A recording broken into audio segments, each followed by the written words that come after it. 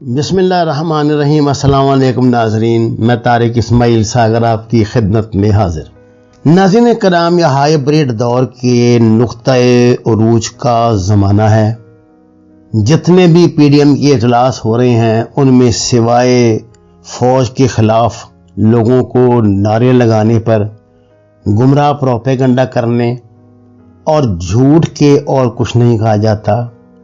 اس میں کوئی شک نہیں کہ فوج ہماری ہے، اس پہ تنقید کا حق بھی ہمیں حاصل ہے، مگر حقائق سے ہٹ کر بات کرنا دروغ گوئی ہے۔ میں اس مرحلے پر بطور ایک محب وطن پاکستانی کچھ غلط فہمیاں دور کرنے کی کوشش کرتا ہوں۔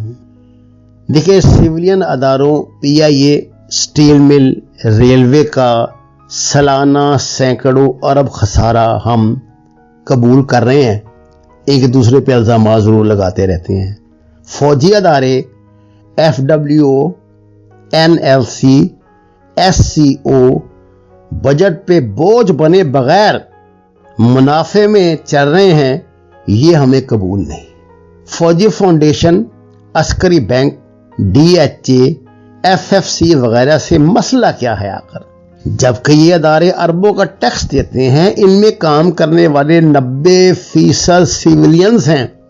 انجانے میں ملک دشمن عناصر کے پروپیگنڈے کا اعلی کار نہ بنے۔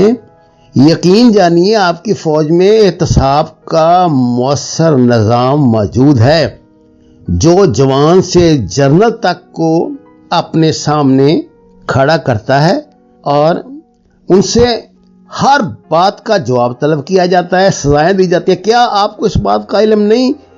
فوج نے تو آپ جانتے ہیں کہ جرنیل سے لے کے بریگیڈیئر تک کو سزائیں دیا نہیں دی۔ اگر گزارش یہ ہے کہ جو ادارے فوجی سمجھتے ہیں ان میں 90% ملازمین آئی ایس آئی سمیت سویلین ہوتے ہیں، لیکن اگر کوئی سویلین ادارہ قانون کے تحت چند فوجیوں کی خدمات خود اپنی درخواست پر حاصل کر لے تو یہ آسمان سر پہ اٹھا دیتے ہیں۔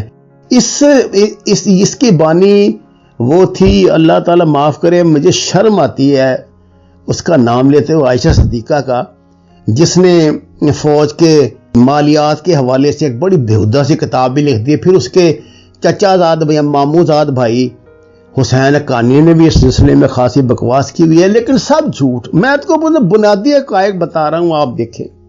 فوجی بزنس ادارے کسی کی ذاتی جاگیر نہیں، ان کا فائدہ فوج کو بطور ادارہ اور ملک کی معیشت کو مجموعی طور پہ ہوتا ہے، مگر ملک دشمن عناصر کو قوم کی نظر سے فوج کو گرانے کا موقع چاہیے، جو عجیب و غریب تھیوریاں پیش کر رہے ہیں۔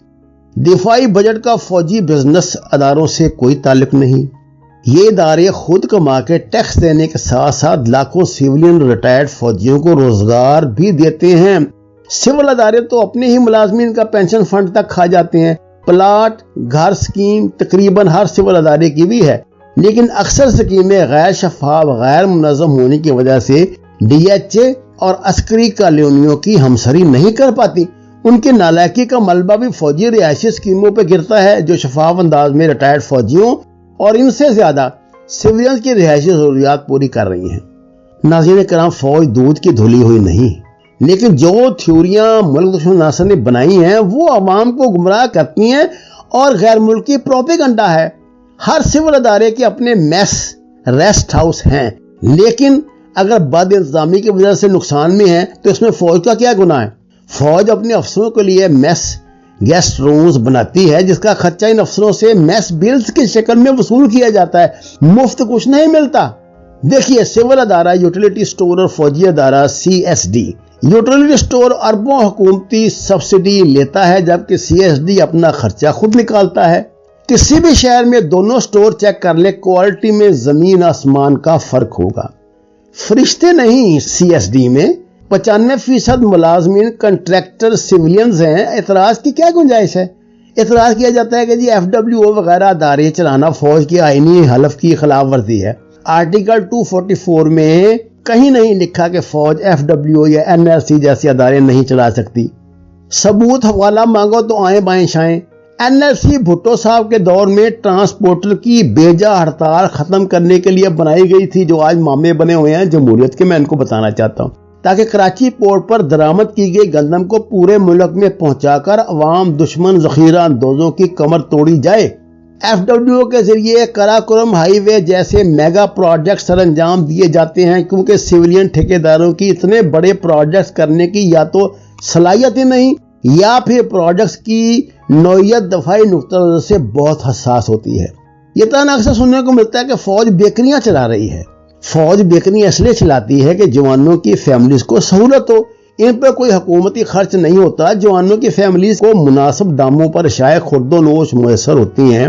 دور دراز علاقوں میں رہتے ہوئے یہ بہت بڑی سہولت ہوتی ہے۔ سول اداروں کو کس نے روکا؟ ہر ادارہ اپنے ملازمین کے لیے بیکری بنائے اور چلا کر دکھائے۔ ہر بڑے شہر میں سول آفیسرز کا ہب ہے، اس میں عام شہری کو اجازت ہو بھی تو ریٹس زیادہ ہوتے ہیں۔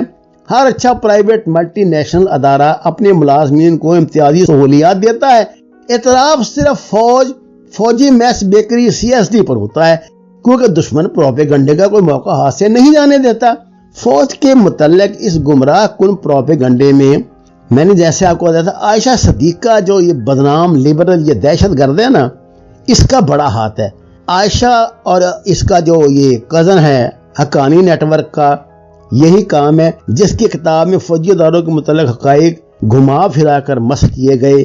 یہی کتاب انڈینز کی فوج کے متعلق پروپیگنڈوں کا سورس بھی ہے، اور انہی کی تحریروں سے انڈیا کا جو ساؤتھ ونگ ہے وہ چل رہا ہے۔ وما علینا الا البلاغ المبین۔ ناظرین کرام، درخواست قرآن اور نماز کو ترجمے کے ساتھ جانیے، ہمارے چینل کو سبسکرائب کریں، لائکس دیں اور سچ کے سفروں میں ہمارا ساتھ دیں۔ آپ کا بہت شکریہ۔